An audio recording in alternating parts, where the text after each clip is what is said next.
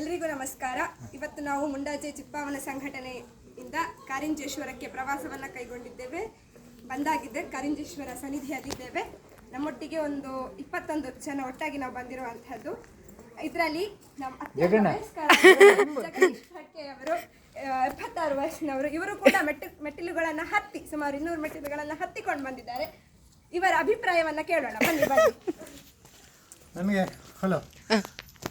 ನನಗೆ ಕಾರಿಂಜೇಶ್ವರ ಮೆಟ್ಟಲು ಹತ್ತು ಅಂದರೆ ತುಂಬ ಭಯ ಇತ್ತು.